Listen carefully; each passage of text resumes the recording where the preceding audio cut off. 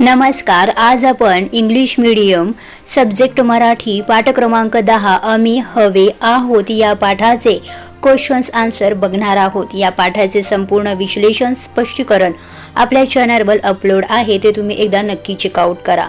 चला आपल्या स्वाध्यायाला सुरुवात करू. प्रश्न क्रमांक 1. पुढील वाक्य कोणत्या प्राण्यांच्या संदर्भात आहे त्या प्राण्याचे नाव लिहा. अ. जन्मापासून आंधळी आहे ती. उत्तर आहे मांजर. आ.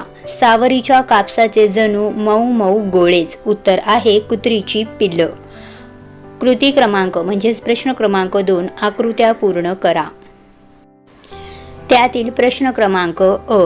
मांजर विभागात मांजरांसाठी असलेल्या विविध सोयी. आता इथे 4 सोयी म्हणजे 4 ॲरो आपल्याला दाखवलेले आहेत आणि 4 बॉक्सेस आहे. त्यांची उत्तरं पुढील प्रमाणे आहे. 1. लहान अशी पण स्वच्छ खोली. 2. स्वयंपाकघरातील ओट्याच्या उंचीचे कट्टे. 3. जाळीने विभागलेले व बाहेरील बाजूने जाळ्या बसवलेले छोटे खण. आणि 4. प्रत्येक खणात एका पेशंटची स्वतंत्र सोय. पुढील आकृती आ. लेखिकेचे लक्ष वेधून घेण्यासाठी मांजरांनी केलेल्या कृती. इथे 4 कृती आहेत. अनुक्रमे 1. जाळीवर नाक घासणे. 2. नखाने जाळ्या खरवडणे. 3. म्याव म्याव आवाज करणे. 4. एकच कलकलाट करणे. आकृती ई. माणसांसारखी मांजरांची दवाखान्यात घेतलेली काळजी. उत्तर औषध पाणी आणि 2 पथ्याचं खाणं पिणं. पुढील आकृती ई. डोळे न उघडलेल्या कुत्र्यांच्या पिल्लांची वैशिष्ट्य एकूण 5 आहेत. उत्तर पुढील प्रमाणे. 1. सावरीच्या कापसासारखे. 2. इवले कान. 3. इवल्या शेपट्या. 4. लालसर ओली नाकं. आणि 5. पोटातून येणारा कुई कुई आवाज. ही डोळे न उघडलेल्या कुत्र्यांच्या पिलाची वैशिष्ट्ये आहे. प्रश्न क्रमांक 3. सर्वच प्राणी माणसांच्या प्रेमासाठी भुकेलेले असतात. हे विधान पाठाआधारे पटवून द्या.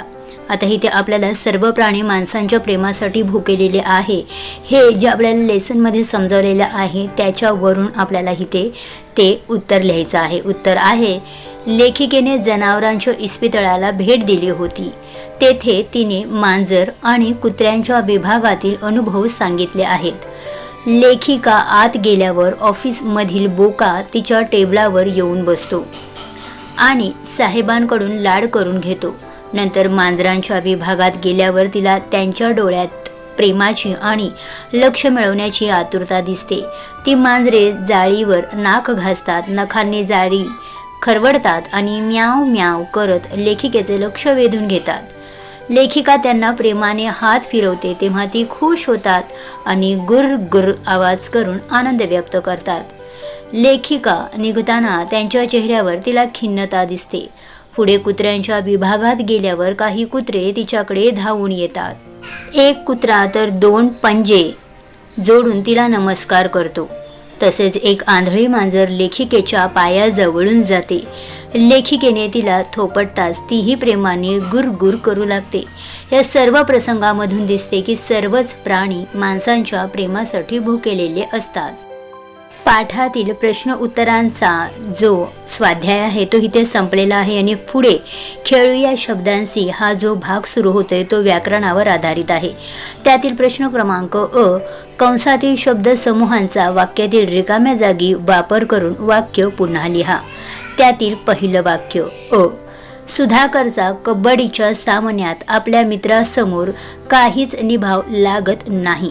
ब्रॅकेटमध्ये तुम्हाला इथे वाक्यप्रचार दिलेले आहे. शब्दशः तसे न वापरता वाक्यामध्ये अनुसरून त्याला योग्य अशा पद्धतीने आपल्याला लिहायचे आहे. आ. चिमुकली मिताली आपल्या आवाजाने सगळ्यांचे लक्ष वेधून घेते. आणि ई. पोलिसांनी गावकऱ्यांना मदतीसाठी आवाहन केले. प्रश्न क्रमांक आ. दिलेल्या शब्दापुढे कंसातील विरुद्धार्थी शब्द लिहा. ब्रॅकेटमध्ये इथे आपल्याला आन्सर्स म्हणजे विरुद्धार्थी शब्द दिलेले आहेत आणि खाली प्रश्न विचारलेत. योग्य उत्तर त्याच्या समोर लिहायचं आहे. अ. रागीट. रागीट या शब्दाचा विरुद्धार्थी शब्द आहे शांत.